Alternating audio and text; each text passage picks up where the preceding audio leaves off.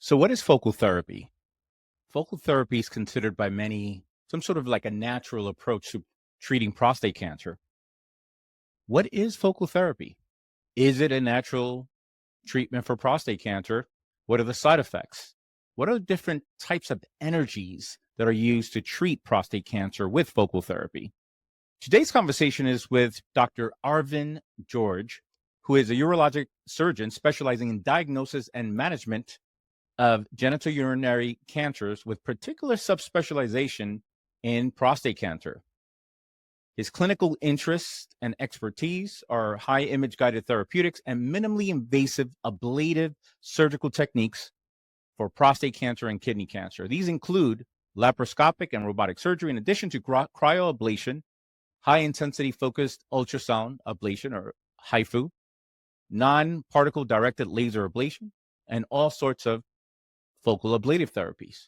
Dr. George obtained his medical degree from Royal College of Surgeons in Ireland, followed by urology residency at Smith Institute for Urology at Hofstra North Shore LIJ School of Medicine. Dr. George participates extensively in the discovery of urologic science and evaluation of urological care and co-authored more than 80 peer-reviewed papers. He is currently faculty at Johns Hopkins School of Medicine, Department of Urology. Today, in my conversation with Dr. George, we take you through pretty much the whole landscape of focal therapy. What really is it? What's the technology? What's the technology that isn't even in the pipeline, maybe 2 years from now? So these are, for example, you guys that are on active surveillance, hopefully you can stay on active surveillance and never need a focal or medical treatment. But if you do, what's coming up? We have that conversation with Dr. George. So please enjoy this amazing conversation with the one and only Dr. Arvin George from Johns Hopkins. Let's go. Before I proceed, I just want to clarify that this podcast and all Dr. Geo content is separate from my faculty position at NYU Langone Health. The views and opinions on this podcast are my own. Our guests and sponsors are curated by me and not affiliated with NYU Langone Health. Sponsors are a way for us to provide high quality information at no cost to you so that you can take better charge of your prostate health, testosterone, and erectile function, and also how to live better with age. Now, please join me in welcoming our next sponsor. September is Prostate Cancer Awareness Month, and the Dr. Geo Prostate Podcast is here to help you make informed decisions on your prostate journey. This month, our podcast sponsors are Focal One, the first robotic platform for precise prostate ablation using HIFU. Also sponsoring this month is Profound Medical, innovators of the TULSA Pro, an advanced focal ablation treatment using the TULSA procedure. Click the link in the description to learn more about our sponsors. Enjoy the podcast. Welcome to the Dr. Geo podcast. I am your host, Dr. Geo, where it is my goal and my intention to help you optimize your prostate health and inform you of all things testosterone and erectile dysfunction and overall how to live better with age as a man. I have the great pleasure of having Dr. Arvin George. I've been tracking him down for a long time and actually stalking him, little does he know, on Twitter and in all sorts of platforms.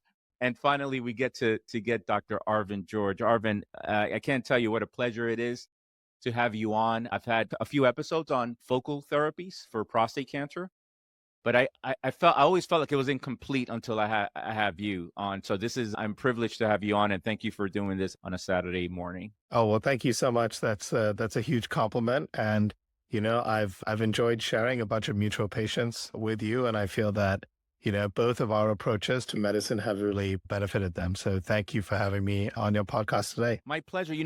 So I'm a patient advocate. I'm all about empowering the patient. I think that when people ask me, well, Geo, your protocols, your lifestyle protocols, they seem amazing. They, certainly my mind and the message that I deliver, Arvin, is that you're not a prostate cancer survivor. You're a prostate cancer thriver. And as such, you get an opportunity to really reevaluate your life, right? Because this is the first time most of the men we see, they have a brush with mortality for the first time in their life.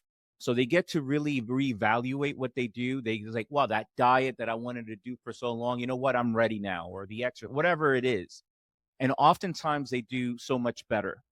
And of course, a lot of people are seeking these alternative treatments, not only from me, from around the world. Interestingly, a lot of them consider focal therapies like an alternative treatment. So take us back with some of the history. I remember the history. I was already involved. I was already a practitioner in urology, and we're talking 15 years ago, or so, or at least that's as far back as I can remember, where people were doing HIFU, in Mexico and the Bahamas, a little bit of the wild, wild west back then. So take us back to what it was like to where it is now and the improvements. And you don't have to be specific to any one modality yet. You can just kind of give us the overview if you'd like. Yeah, so the Europe and many other countries kind of led the way in terms of investigation of the technology and understanding where its potential role was. And so they had a much greater experience than we did in the US. It was FDA approved in 2015 for prostate tissue ablation. So prior to that, while they had a viable technology that was already being utilized clinically in patients, but they did not necessarily have that approval in the United States. In order to provide access to patients from the US, these treatments were done offshore. And unfortunately, that kind of model can always be difficult to be able to uphold to deliver really high standards of clinical care because you're not being treated by your local provider. And at the time, the standards for how we follow men after focal treatments, what those outcomes are, there was still uncertainty in terms of long-term outcomes. And so patients would return to their homes and one may not have gotten adequate follow-up. And we're also learning how to use we were still in that early learning phase of learning how to use that technology. And so that experience, whatever it may be, has really led to where we are today. So in 2015, like I mentioned, it was approved by the FDA and started being offered in the United States. But again, for prostate tissue ablation, they're largely treating prostate cancer. And most recently, in January 1st of 2021, I believe, was when the first CPT code, which allows essentially hospitals and providers to provide a code for them to be able to bill insurances. And that really started the path to reimbursement. And so once CMS issued that code, a lot of other external non-government payers fall into line and start reimbursement. And throughout that time, we'll continue to gain accumulated experience with the technology and understand those outcomes much more clearly. Where are we now with coverage? So starting 2021, we have a CPT code, but there's still confusion with at least some of the patients I see that say, look, is it an out-of-pocket cost for certain modalities? So is there some that are covered and not others? Where are we, for example? I know cryo is covered, focal cryo, but how about HIFU and any of the other modalities? Yeah, that's a great question. I think it's really important also to kind of understand the evolution of how reimbursements happen for HIFU. So after it was FDA approved, that doesn't mean that insurances will actually pay for it. And initially it was covered by a code where we could predominantly use it in the salvage setting. So men who had had prior radiation and failed, and then using that as a second line of treatment. And then only a portion of the fee was being paid and not the complete fee was being paid. Once Medicare issued that code, then at least for patients who held insurance from government payers like Medicare, for example, then those were paid in full, both in the primary setting, meaning no prior prostate cancer treatment, and also in the salvage setting. Now, where we are today is that it does certainly still vary from payer to payer and also from region to region. So one single payer, for example, if you take Blue Cross Blue Shield, that's not going to be the same on the West Coast as it would be in the Northeast, as it would be in the South, as it would be in the Mid-Atlantic, for example. So each of these payers have their own policies. But largely HIFU in the primary setting is completely covered by the majority of insurances in my own experience today. As a primary treatment, as a salvage treatment? As a primary and a salvage treatment, yeah. Is there a limitation? We're going to get into it a little bit more in terms of, who's the right candidate? Is there a limitation? So you have to have no higher than a certain Gleason score or a certain stage we won't get into the efficacy yet in terms of, I'm more focused on coverage. So if it's a Gleason 8 and you say, yeah, you know what, this particular patient, based on all the parameters that we're looking at, yeah, they're a candidate for HIFU. Will they cover it? Yeah, so the decision for payment was not based on any comparative data, meaning like randomized controlled trial data where it had strict inclusion criteria, so that the approval or reimbursement models that specific inclusion criteria. Rather, it was kind of ongoing cumulative evidence, and that was in multiple different types of patient populations. So reimbursement typically does not dictate the Gleason score or aggressiveness of the disease. And largely that's left up to the clinician to be able to decide who's in and of itself can sometimes be a sticky wicket. Yeah. How so?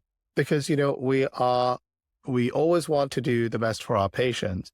And because we're still developing our understanding in who is appropriate for HIFU, we can sometimes employ it in cases in which we're hopeful that it's going to have a great outcome, but that has not yet been proven.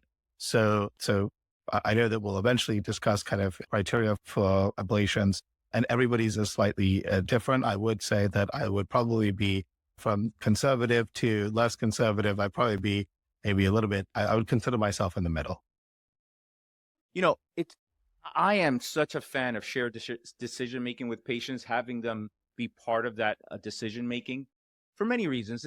But the main reason is empowering. A big element of, I think, what I do with my work in lifestyle and natural, focus and prescriptive, by the way, natural approaches, is that it's empowering them, for them to feel like they are in charge of their body to some degree. It's not like, hey, doc, just do this or do that.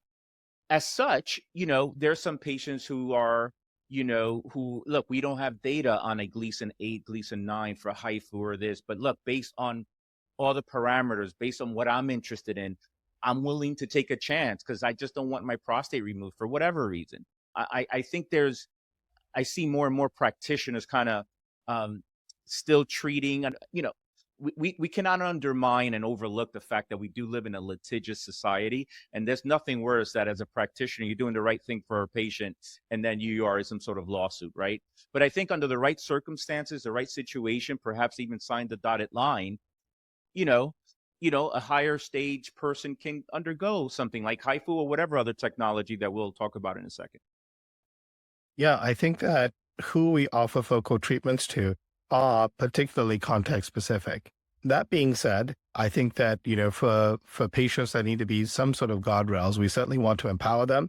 But ultimately, we are the ones who have, the training or expertise in being able to understand and who it should be applied, to be able to review different studies that have been designed, understanding how to interpret them appropriately, and then also communicating all those things to the patient. And then we also have to set up some guardrails for ourselves as well. So, of course, we want to make sure that we're doing things that we feel are going to benefit the patient, because of course our duty first is to do no harm. And I think there are many ways in which focal therapy is really going to demonstrate a lot of benefit. But myself, I still remain a little bit on the conservative side, that especially for some of the higher risk patients, that I would lean towards potentially a more aggressive therapy that may have the opportunity for better cancer control. There seems to be, I also counsel patients who have BPH, right? And they say, look, I want to do natural. And again, sometimes they're like, look, you need a treatment. You're holding 800 cc's of urine, and you need something. And then it's like, well, what treatment? I was like, oh my God, there's so many. They're all good. And honestly, they're all good. Now we have so many treatments for prostate cancer. Not only do we have so many treatments for prostate cancer, we have so many focal treatments for prostate cancer, right? So why don't you give us an overview of the treatments that are available, the focal treatments that are available, and some that are being studied, including the vapor study? Yeah, I think I would divide it more into different energy modalities that we can use to ablate tissue, and in this case, specifically prostate tissue. So there seems to be so many modalities. We joke, or not joke, but there's so many treatments for like BPH, right? So it's like, how do you choose? There's so many treatments for prostate cancer. How do we choose? Now there's a lot of treatments or many treatments to choose from as a focal therapy. So maybe you could give us a rundown or an overview of all the different treatments that we have now and some that are in the pipeline, and perhaps how one can choose a better treatment, whether, again, from a shared decision-making perspective. Yeah, so there are many different focal ablative treatments now. or just ablative energy sources that we can use for prostate tissue ablation or prostate cancer ablation. I would say the most common ones are going to be high intensity focused ultrasound ablation of the prostate. We also have cryotherapy, which has been around for decades and was really grandfathered in as one of the original ablative therapies and is included in guidelines. And then we have a number of newer kids on the block or newer therapies. Ones that have been evaluated and are not currently utilized routinely would be photodynamic therapy, but we also have laser ablation with conventional laser interstitial thermal therapy. We have photothermal laser ablation with the addition of nanoparticles, so nanoparticle-directed photothermal laser ablation. We have irreversible electroporation, which is the application of essentially an electrical current across tissue. We have transurethral ultrasound ablation, which is essentially planar ultrasound that is delivered in the MRI suite. And then we have microwave ablation. There are other ablative modalities which haven't necessarily been widely utilized in prostate, but have been used in other organ systems like liver and kidney. And those include either embolization, radiofrequency ablation, for example. And there are some newer treatments that are starting to come into the mix that are currently being evaluated under clinical trial. And those include using steam or water vape ablation to treat prostate tissue. And most recently, very early clinical trial evaluating water jet ablation of prostate cancer as well. These all sound, as a natural doctor than I am, they sound so alternative. And I tell people, look, it's still a surgical procedure. Okay. It's still like you're still going to be under anesthesia likely and probably spend at least a day, in the hospital and then come out with a catheter likely. So understand, but I tell you, I hear these water jet, water ablation or water jet ablation is like, oh my God. Yeah. I'll go cryo. Yeah. Cold therapy, now with the, I don't know if you know, Arvin, that cold water plunge craze that's happening, right? So yes, yeah. Water, ice water, and there's a lot of benefit, anti-aging, all these things that, so that's a big thing in my world.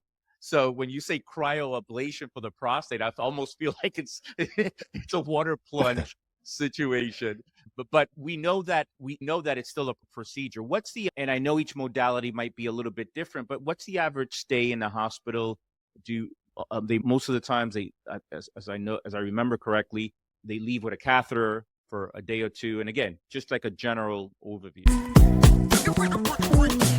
Hey friends, please help me welcome one of our special sponsors, Focal One. When you're trying to choose and be part of the shared decision making of, what's the best focal therapy for me, assuming that focal therapy is the right approach for you and your prostate situation, ask them about Focal One. Focal One is the first and only robotic platform for precise focal ablation of prostate tissue using high-intensity focused ultrasound, or HIFU.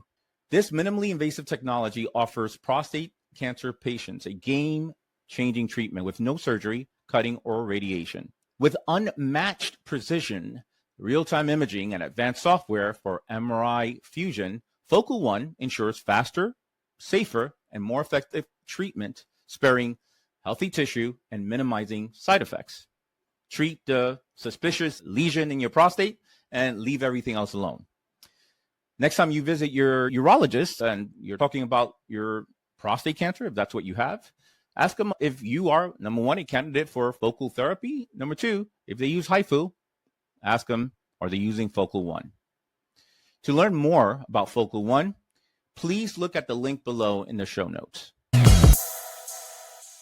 Yeah, so the logistics of treatment are that it is typically an outpatient procedure. The vast majority of these procedures are going to be done under anesthesia and typically general anesthesia. So meaning that most patients undergoing treatment will be completely knocked out. They won't be aware of what's happening. And then they're kind of gently awoken from that procedure and then they're all finished. Almost all of these procedures are also outpatient procedures. And so they would only remain in hospital if there was an unforeseen circumstance, which is relatively rare. And then they do have a catheter in place, and that's usually to help to address some of the irritative urinary symptoms and prostate gland swelling that can happen post-treatment. And I kind of describe it a little bit more as a comfort measure in that it'll help with the passage of urine and allow time for that swelling to decrease. at which point when the catheter is removed, which for my own practice, most patients will remove those catheters themselves in the comfort of their own homes, that they'll be able to void normally after that or urinate normally after that. What I've learned, so, again, I'm not a surgeon, I'm a naturopathic doctor that focuses in prostate cancer and urology, right? So I say that because I've never done any of these procedures, but I listen to what I consider to be the best. So my conversations, for example, with Mark Emberton, right? Where, look, the name of the game is to match the disease with the right energy. So if we can figure out what's the right energy for that specific disease, that's kind of what we're aiming for. What are your thoughts on that? Which will then lead to our next conversation is like, isn't a Gleason score, it's still cancer.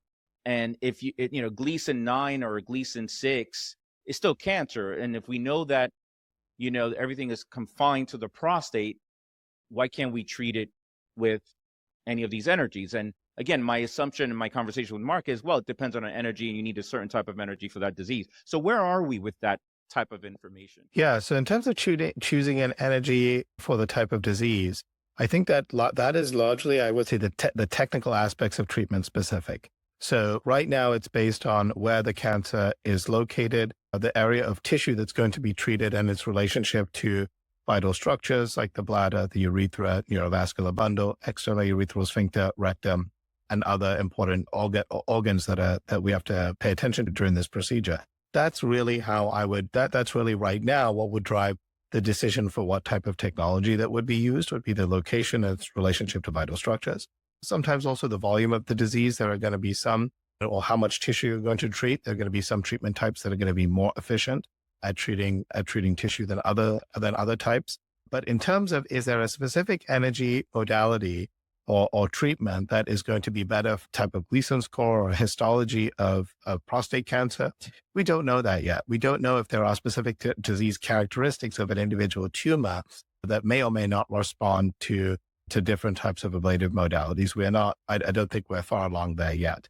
My inclination is going to be that there's not going to be a tremendous difference because the mechanisms of actions of these different modalities are really agnostic to, for example, tissue type. So if you freeze a cell to minus 80 degrees Celsius, whether that's a Gleason 9 or whether that's a Gleason 10 or whether that's a Gleason 6 prostate cancer, we will destroy that cancer.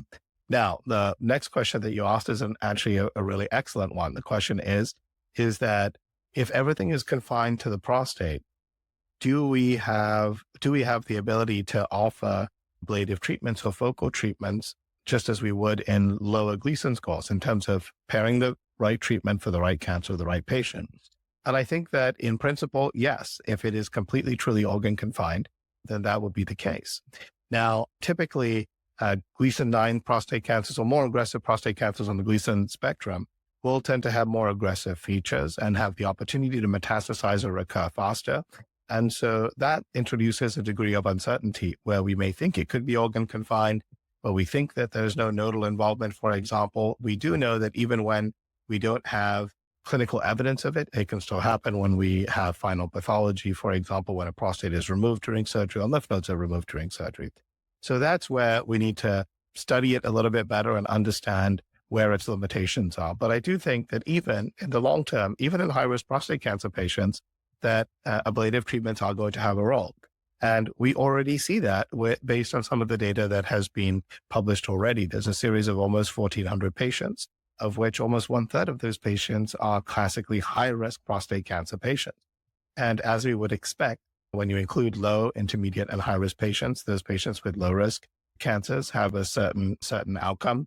Those who have intermediate risk prostate cancer have a slightly different outcome, and high-risk a slightly different outcome. And that holds true even for radical treatments like surgery or radiation. So I think that brings us back to what you mentioned regarding shared decision-making. Once we do have the data that we're able to share with patients and engage in shared decision-making, then I do feel that it is up to them to determine what do they value most in terms of their care moving forward. And that may be applying a less invasive treatment with less side effects as a trade-off to the risk of recurrence in the long term. Many of my patients, Arvin, a few that we share, they care about quality of life, right? Now, let's I am probably the biggest advocate for prostatectomies who's not a surgeon, right? So, because a lot of patients feel that, hey, some of these guys, if you have a hammer, everything looks like a nail. So everybody wants to do whatever it is that they do. And I say, yeah, that's an innate bias. Of course, my innate bias is different lifestyle and nutraceuticals. So we all have biases as part of being human. And plus, you train so long to perfect this one particular procedure that you want to do more of it. So there's an innate bias, no question. But I said, look, it's magical what I see. I mean, I do have I think I have a homogenous group of patients where even if they're national, they go to the best surgeons, right? So there are amazing surgeons throughout the country, certainly New York, Michigan, obviously Hopkins. So these patients come back and they say, well, I feel great. They're continent and some of them get sexual function. So I'm not afraid in the right circumstances. Look, you need a prostatectomy, go to the right person and you'll do fine. Still is like, I prefer the alternative focal thing. That's the mentality. Yeah. So in cases where like the right patient, Gleason 9 and one that we have, I'm very curious to see. Obviously, a part of what I do is a little bit outside of the box because, yeah, while I do science-based things from an alternative perspective, it's still, randomized trials are very difficult to do. But, focal on a patient who has a Gleason 8, Gleason 9, combined with aggressive lifestyle interventions. So now the quality of life is great. I think I'm at a point where I think there's significant adjustments to the microenvironment of the body. I believe that a lot of recurrences are related to microenvironment. So you take care, of the disease, but then it recurs. Why does it recur? I think the microenvironment needs to be treated. The best way of doing that is through aggressive lifestyle interventions. I'll jump off my soapbox for a second. A Gleason 8, Gleason 9 combined with aggressive lifestyle interventions, shared decision making, everything shows that it's confined. 70-something-year-old male, quality of life really matters to me. I would think that that's a reasonable approach. We're not promising anything, but I would think that's a reasonable approach. Yeah, I'll tell you, it is a reasonable approach. I'll tell you why. The fact that the randomized clinical trials are hard to perform does not mean that we should not do them, and they are ongoing. And I want to use one as an example to support what you're saying to us is that, or support your contention. One of the aspects of the PART trial, which is the prostate ablation radical therapy trial that was being run out of Oxford in the UK, multi-center trial in the UK, essentially randomizing men into radical treatment or a focal or hemiablation, essentially.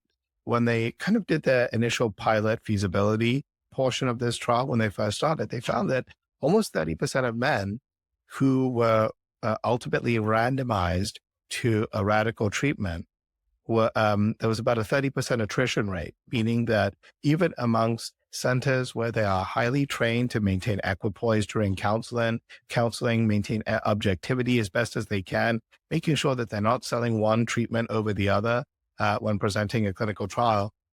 Even then, 30% of patients realize that that we really feel strongly about this, and that shows us that they're valuing that aspect of quality of life. And those findings were virtually duplicated in the focal ablation radical prostatectomy trial, or the FARP trial that was run out of Norway by Dr. Eduardo Bacco. And so again, a different patient population, similar trial design. And what do we see? We see the exact same thing. And so throw our hands up in the air and say, this is just not possible. We have to understand what the limitations are and then still move forward in being able to generate evidence to be able to understand what's the right approach. And that's exactly what happened. As a result, the Chronos trial was developed, which in men who have a strong preference for focal treatments, they enter a focal treatment arm, which also has focal treatments plus a number of other treatments that would be combined. And so I think that we really do need to pay attention to what we're hearing here. We're hearing that patients are telling us that quality of life is really, really important. And when given the choice, they want to be able to be empowered to make that decision themselves. And that includes when it is Gleason 7, but that will ultimately include when it is higher risk prostate cancer as well. We have the liberty in prostate cancer to do things a little bit differently. We have the wiggle room We have long-term data understanding survival outcomes where we could certainly, we're not rolling the dice here. We can still employ a reasonable treatment to achieve cancer control while maintaining quality of life to a high degree. So I do support that, having this discussion with patients, understanding what they value most. Yeah, we should definitely take that into consideration when offering treatment options to them. That's great. No pun intended with the music trial and mission. I always have to say music to my ears. Of course, we need to know and believe that the disease is confined to the prostate. How good is the technology now?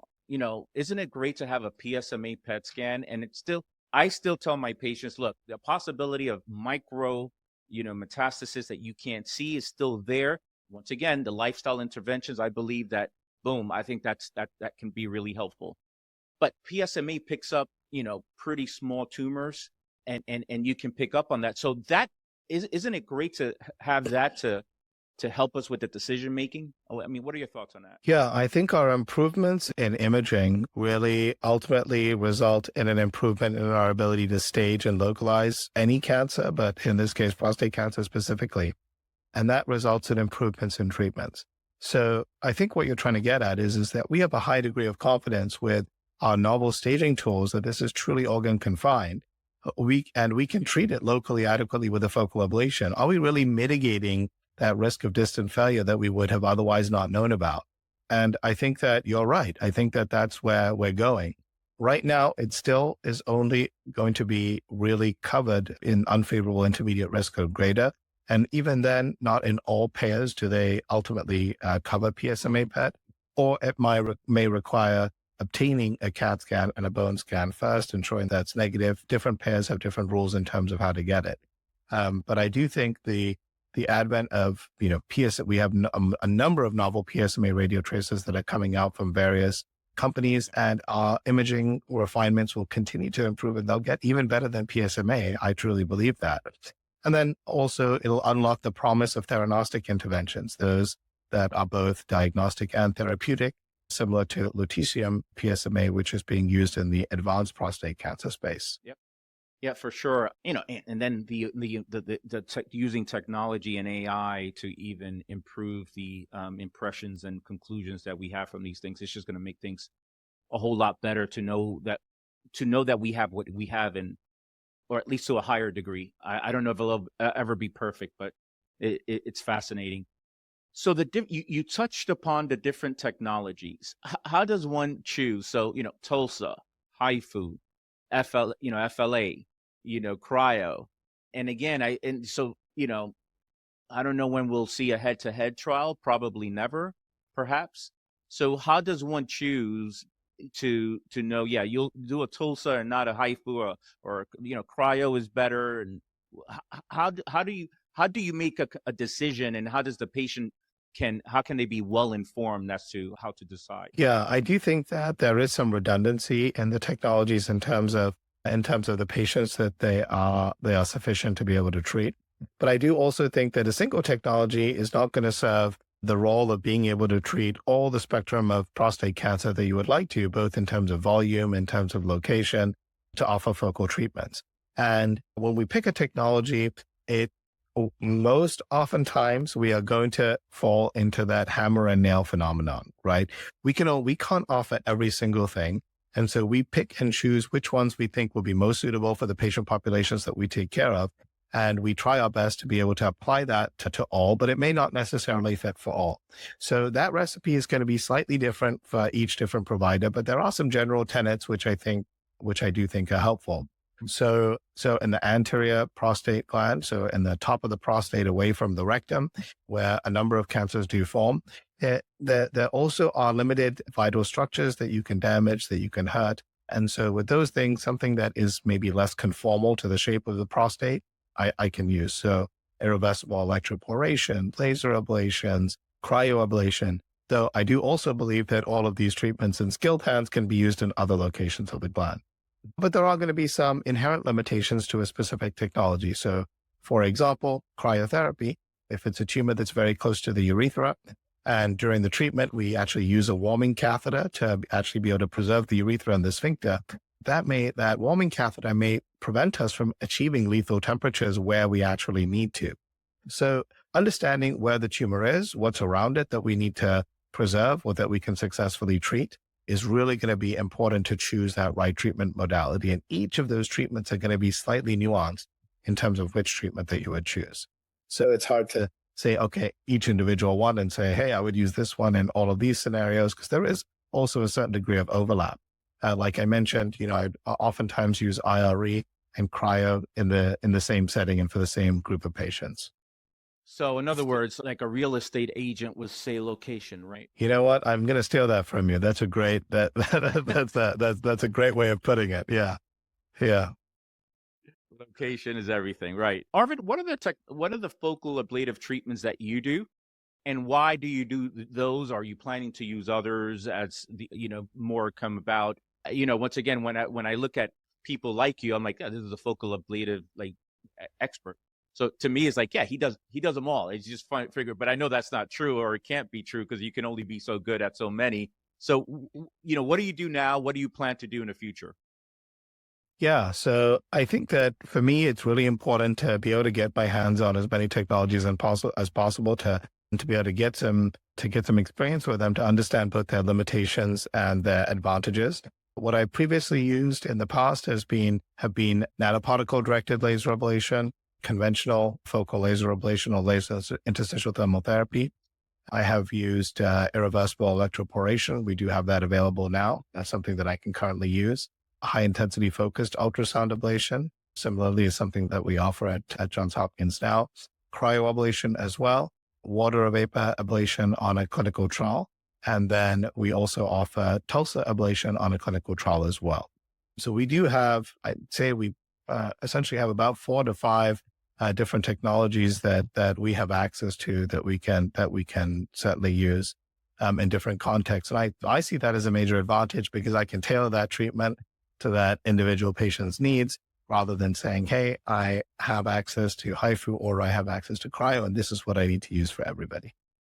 And again, based on location and other criteria, you can say, look, you're not a candidate for this year.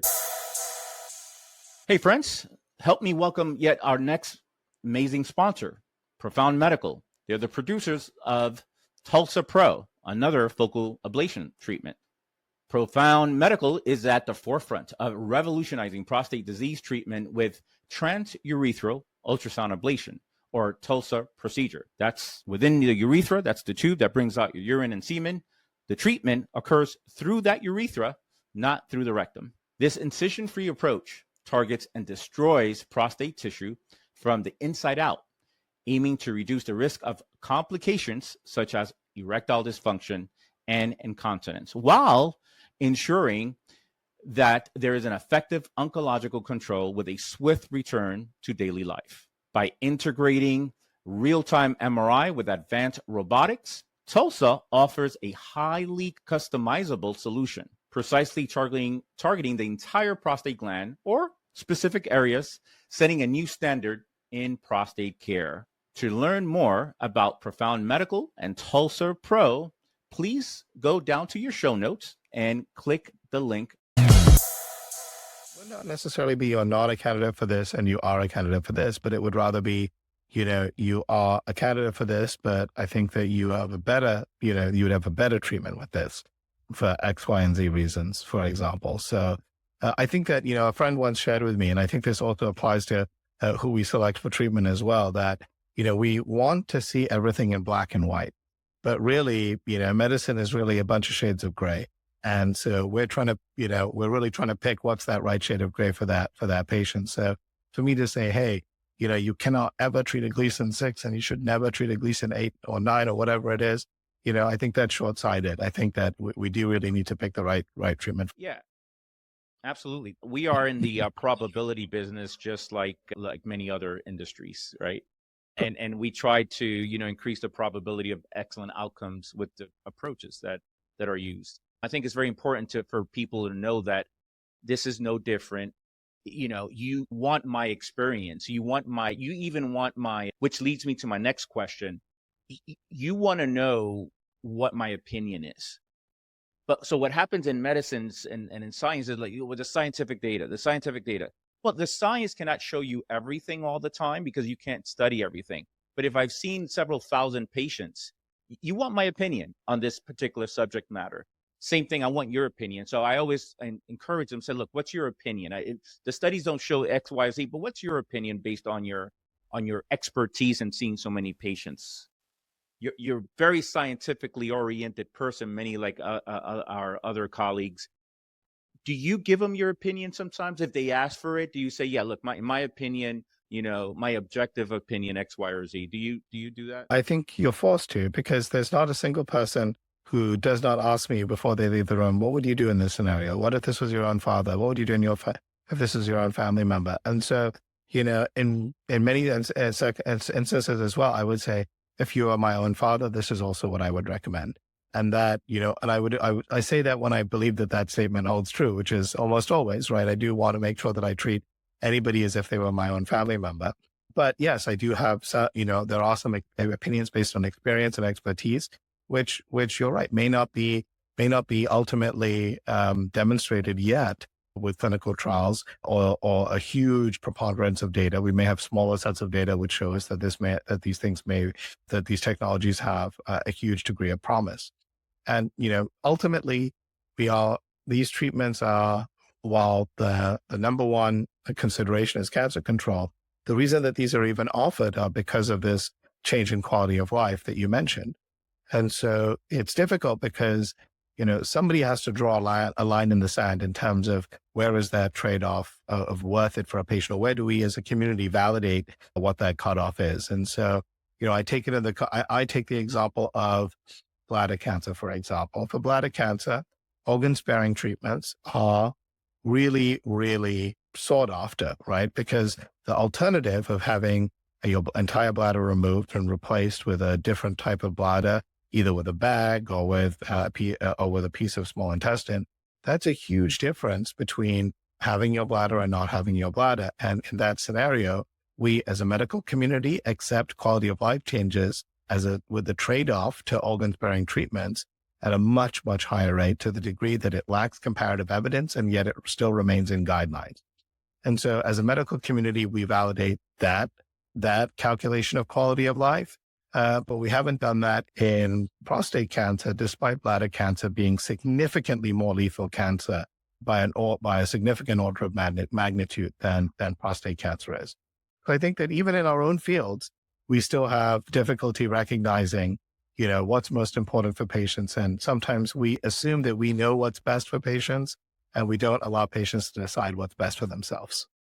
I think that's a huge component of it. And that's the camp that I work with patients. Again, patient empowerment, make an informed decision with the expertise of your physician. What are the side effects? Once,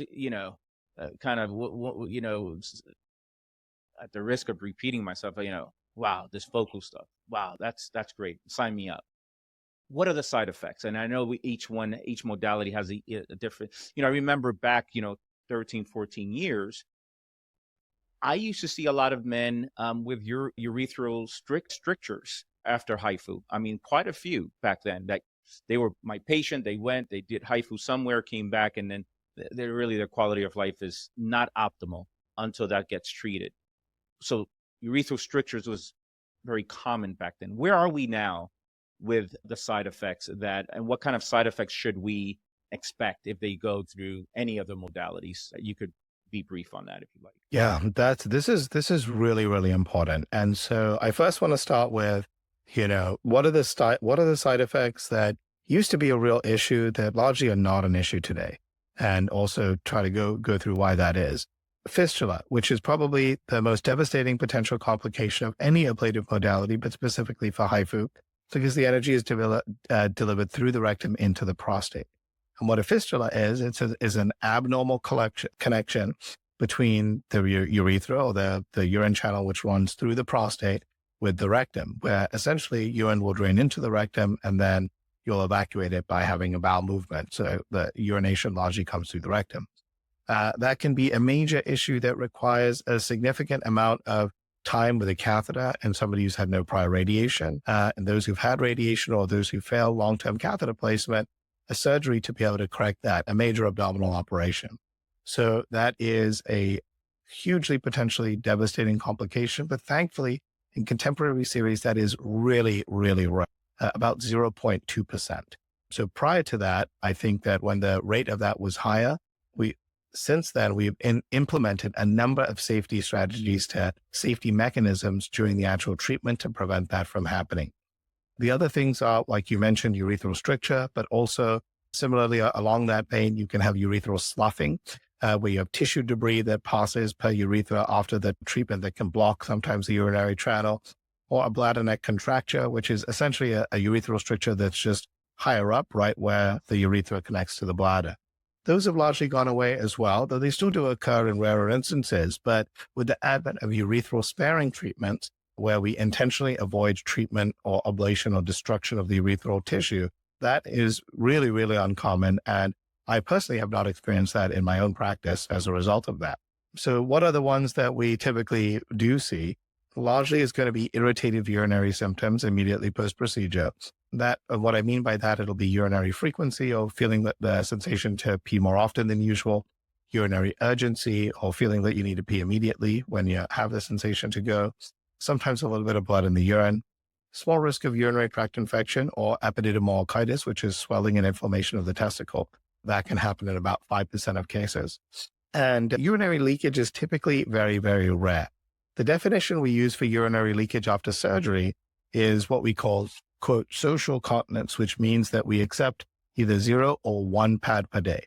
The definition for continence, or the ability to hold your urine without any leakage after a focal ablation, is much stricter. That is pad-free continence, meaning if you leak, you are not continent. And that's really what, in my opinion, that's how patients view continence. Patients don't view continence as a social continence construct where I'm wearing a pad, but I'm continent. They're like, either I'm leaking and I use pads, or I don't. And that is almost 99% of patients will be continent after the surgery. Now, the highest stakes is going to be erectile function. That's where we really have the opportunity to preserve function over some of the conventional treatments that are out there. That's essentially erectile function. And in men who have excellent sexual function to begin with, about 60 to 70% of them will still have erection sufficient for penetration 12 weeks after the treatment. And oftentimes men will have intercourse the first week after their treatment as soon as their catheter is removed. It's not an uncommon question that I get with their catheters in place. They're calling my office and asking, when can they resume sexual activity? So that, in my opinion, is the most transformative in terms of the other treatments that exist out there. Let's say here, and will be, I want to be respectful of your time, Arvin, and thanks again for being with me this morning and having this great conversation with me. I appreciate it. Let's say that there's a recurrence after HIFU or any focal ablative therapy. First of all, what's a recurrence? How is it defined after focal ablative therapies? And I'll ask one question at a time to make it simpler for you and the audience. So, absolutely. So what is a PSA rise after focal treatment? So I think it boils down to what is the expected decline in the PSA after an ablation? That can be difficult to predict, but in generally, I quote about 30 to 50% or greater decline in the PSA. That's going to be determined by two factors: the volume of tissue that we're ablating. So if I'm ablating 3/4 of the prostate, that's going to have a greater PSA response or a greater reduction in the PSA than ablating just 1/4 of the prostate. And secondly, it's going to be impacted by the amount of PSA being produced by the prostate cancer versus the normal tissue that you're leaving behind, because normal tissue does produce PSA, it's prostate tissue. And so that we can only really know until after the treatment is completed, waiting for that PSA to equilibrate. And then we see what is its nadir value, or whatever its lowest point is post-treatment, essentially becomes the new zero. It is a lot more difficult to interpret PSA in the context of a focal ablation versus radiation or surgery. The reason is with surgery, once the prostate is removed, the PSA should be undetectable. With radiation, it goes down to a very low level, but because the entire prostate is treated, the assumption is that it remains at that lower level forever. With focal ablation, we have viable tissue that remains, And that tissue can grow over time and produce more PSA. And that can also be clouded by a recurrence or persistent disease or new cancers that develop that can also cause a rise in the PSA.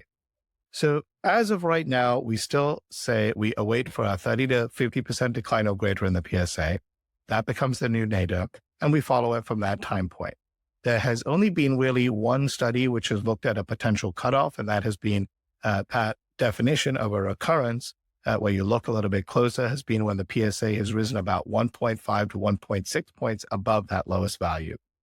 In real clinical practice, though, I think we're still really learning how to evaluate rather than coming up with arbitrary cutoffs. That when we see rises in the PSA, we are investigating it with MRI, with additional biomarkers and potentially even biopsy, and then determining what the status is of cancer in that prostate, whether it's negative, positive, and dealing with that accordingly. What are the treatments if they need a salvage treatment? What can they undergo? So it used to be, of course, that if they do external beam radiation, and I always give the analogy of, he has a cheese sandwich that's cold, take off the cheese, no problem. He has a grilled cheese, then you take off the cheese and you have to scrape it off, and it's a little bit more of an ugly process with external beam radiation. So having a prostatectomy after external beam radiation. What's the scenario after any of the focal ablative therapies? Can someone have a prostatectomy? Is it as ugly as after radiation therapy, or is it not as much? Yeah. So if you have persistent disease or new disease that develops elsewhere within the gland that was not treated, or recurrence of your prior treatment, you can certainly undergo a repeat ablation. And again, choosing which ablation that you would want to choose would really depend on the nature of that new disease that you're treating. If it was because of a thermal sink effect or heat sink effect because it was close to the urethra with cryo, then using cryo again is likely not going to obtain a different outcome, but using a different treatment like irreversible electroporation, which is largely athermal, that may be the best treatment option. Alternatively, if it is due to, let's say, recurrence or persistent disease at the margin, you didn't have a large enough margin, then you can really apply the same technology again, because it's not that the technology didn't work, that your template of ablation wasn't large enough, for example.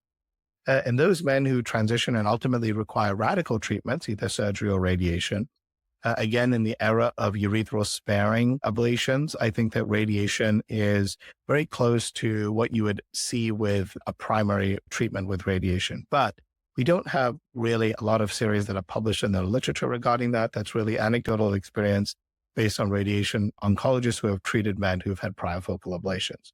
But on that edge of the spectrum, you do see men who have large problems, whatever salvage treatment that they have, but I do see that as the minority. With regards to surgery, surgery can certainly be more challenging, especially if it's a whole gland ablation. With a focal ablation, oftentimes you can identify the correct plane for surgery in the area where it was not treated. And even where it was treated, in many cases, it can actually feel deceptively easy to do the surgery, whereas you have real disease there that needs to be treated. So my advice to certainly to providers who are treating men who've had prior ablation is to treat the area that was, when you're operating, to treat the area that was ablated previously with a lot of respect, and assume that there's aggressive cancer in there if you're doing the operation, and move forward accordingly. And then in patients, making sure that you have an experienced provider who has experience in this specific scenario. Dr. Arvin George, faculty at Johns Hopkins. Arvin, it's such a pleasure having you on. Final thoughts, and how can people find you? Yeah, thank you. Thank you so much again for the opportunity to be here. I think for me, I think it's equally to get the word out about the novel treatments that we're offering and how the field is changing. But similarly, talking about how we expand it responsibly and make sure that we don't create disappointment when we mismanage expectations between what we can provide and what we can actually achieve. I'm currently at Johns Hopkins University, but I do see patients in person and virtually from Michigan, New York, DC, Maryland, and I'm really, really thrilled with this opportunity. I want to end with one final thought that many men who come into my practice, I always tell them that, they are going to do much better from a longevity perspective, from that overall health, if they take into serious consideration other factors within their life, other than in addition to what I can do for them with their prostate cancer. And that is modifying their diet. That is, like you mentioned, high intensity interval exercising, or just physical activity in general to be able to get back into that habit. I tell them if they lose, 20 pounds or 15 pounds or 10 pounds, they're going to do a lot more for their overall health than me putting that prostate in a bucket. So thank you for what you do. And thank you for taking care of my patients as well. I appreciate it. I appreciate that very much. How do people find you? Is there a website or Johns Hopkins website? Yeah, it's just the Johns Hopkins Brady Urology website. So it's the Brady Urological Institute, and you can find us right there. Yeah. Thank you so much. Thank you for listening at this amazing episode on focal ablative therapies for prostate cancer. Stay tuned. More is coming on all things prostate cancer, testosterone, and erectile dysfunction. Make it a great day, and make it a great day for someone else if you can. Have a good one. Talk to you next time. Thanks for tuning in to this week's episode of the Dr. Geo podcast. You can watch all episodes of this podcast and much more by subscribing to my YouTube channel on youtube.com/Geo Espinosa ND. If you love what you heard today, you can help by leaving a 5-star review of the podcast on Apple and Spotify, as each review helps us reach more men who are serious about improving their urological health and how to function better with age. And for the latest research and actionable takeaways in the world of men's health and integrative urology, sign up for my newsletter at drgeo.com. I'll see you next time.